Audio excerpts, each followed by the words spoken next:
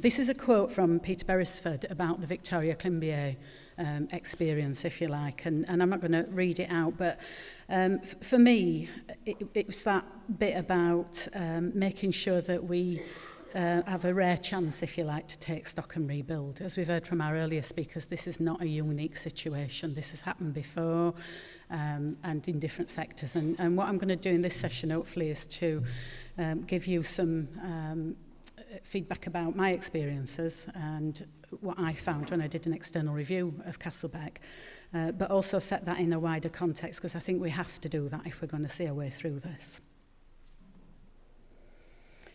A bit about me. There's a bit of biog, as you do, but it is, for me, a very personal and as well as a professional situation. I'm very grateful to Carol's kind words, but it is, for me, very personal. This is a hospital near to where I lived as a child. This is a psychiatric hospital, and in 1967, my mother was taken to this psychiatric hospital at age 24. At that point, I was aged 4. So my experience of institutions goes back 40, 45 years. We, as do many families, and I was stricken by Margaret's conversation about even with all that you know, it's still difficult. Even with all that I know and all my, if you like, power and influence as a professional within the system, we have fought a battle for 45 years not to have our relative institutionalised. But believe you me, when we've needed to use services, we have. And we've needed it.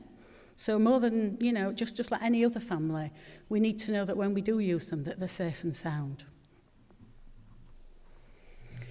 My experiences of caring and supporting people with learning disabilities have been quite varied. I've been really lucky, and here's a quick summary. These are just some of the places that I've worked in. I've worked in big institutions. I worked at Rampton. I've worked in small houses on ordinary streets. My first job was in that place in the middle, and immediately on qualifying, I helped people escape to the place on the right-hand side.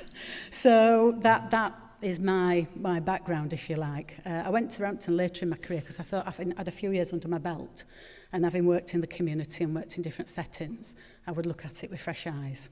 And I also felt I was at a stage in my career where I wouldn't be a pushover. So, how did I become involved in this? Well, initially I was asked to do an external review, but as it says in the biog, I was then invited to become the Director of Nursing and Patient Safety.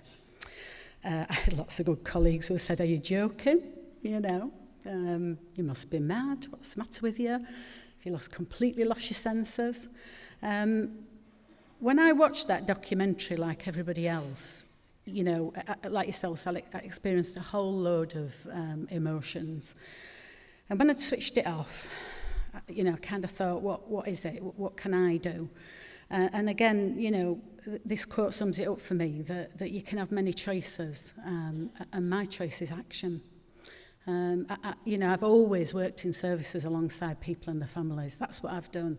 And for me to actually have the chance to go inside and do something were a choice I couldn't pass up. So that's what I've done. And I admit it's not been easy, but it's been rewarding. One of the things before I did the review is I had a look around at what was happening, obviously to try and orientate myself as to how things were. And I asked myself the question, is anyone anywhere safe? We've mentioned long care already. Absolutely degrading experiences that people were put through. Dreadful, winterborn level abuse, sexual abuse, dreadful for over a sustained period of time. This is Staffordshire, mid-Staffordshire. When we think of abuse, I often, if I'm not careful, get very learning disabled focused. But these are stories from people whose families, whose mums and dads, were in mid-Staffordshire hospital. Look at the words. The patient was covered in dried faeces and was completely naked. The patient died later that night. This is not just a learning disability issue. This is about power and control. This is about being vulnerable and others being powerful. These are older people who've lived a life, who've contributed to society, who have managed jobs, had families, you know, and this can happen in their last few hours of life, that we can treat people like this. And those photographs are just a sample of the people involved. These were dozens and dozens and dozens of people. This report, I don't think got very widely circulated, and it's very good. This was a report by Limis and Crane published it, but some, you know, other people were involved in it. And this is, again, the experience of somebody with learning disabilities. This is in their own home. And then, of course, we know about the hate crime that people experience. And I spent a couple of years as a trustee of MenCap, and some very sobering stories about people's experiences, you know, on their own streets, in their own shops, in their own post offices. And of course, this is the high profile end of that.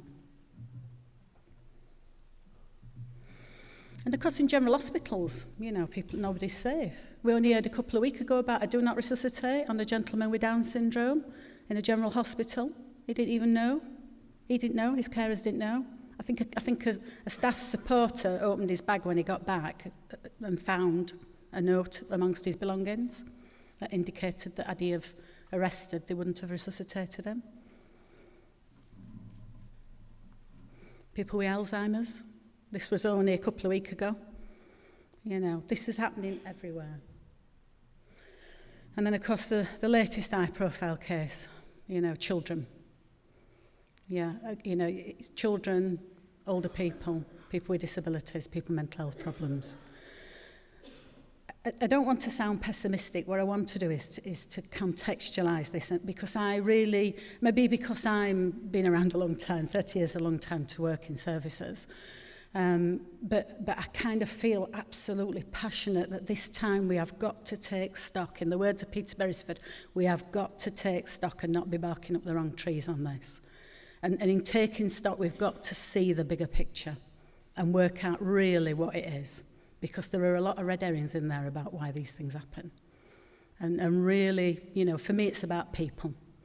It's about people doing things to other people, and how we get them to do the right thing, if you like. So, you know, it seems simplistic, but what is the recipe for a disaster?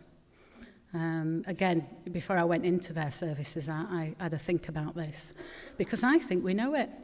I think we know it. And what I did is analyse the research, went back to the literature base and looked at this before I went in, because, you know, the thing on my mind is, did they cook the perfect recipe yet again? We know this is the recipe. A lack of voice. We heard from Margaret, you know, people don't have a voice. Service users, families, advocacy. That's part of that recipe. You know, that's almost the first ingredient. Make people silent. A lack of respect for individuals and their families. You know, these people are not commodities, are they? You know, these are not tasks to be done in a day. I mean, I remember spending some time on a general ward when I did my training, and people were tasks for the day. You know, you did the washing, then you changed the beds, and then you did the obs.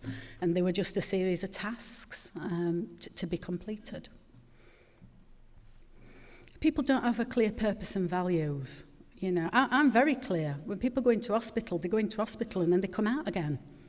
You know, if somebody had said to me about my mum, well, they did indeed leave her here, that'd probably be best. That were about 1969, I think.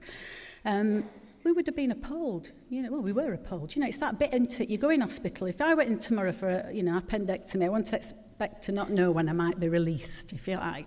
The first question we ask on going into hospital is, when can I go home? I don't know anybody who don't ask that. How long will I be there? When can I go home? And when that day arrives, the first thing that morning, well, if it's me, I'm mithering. When I had the children, you know, it was like, you said I could go home at lunchtime. We've got to wait for the paediatrician to come. Well, when will he come? You know. How can we admit people and not know what's A, on offer, and B, when they can expect to go home? I think that happens before they come in. You know, we think you've got this condition and we think that we need to do X, Y, Z, and it will take this amount of time. But we tend to leave things a bit woolly, a bit open-ended.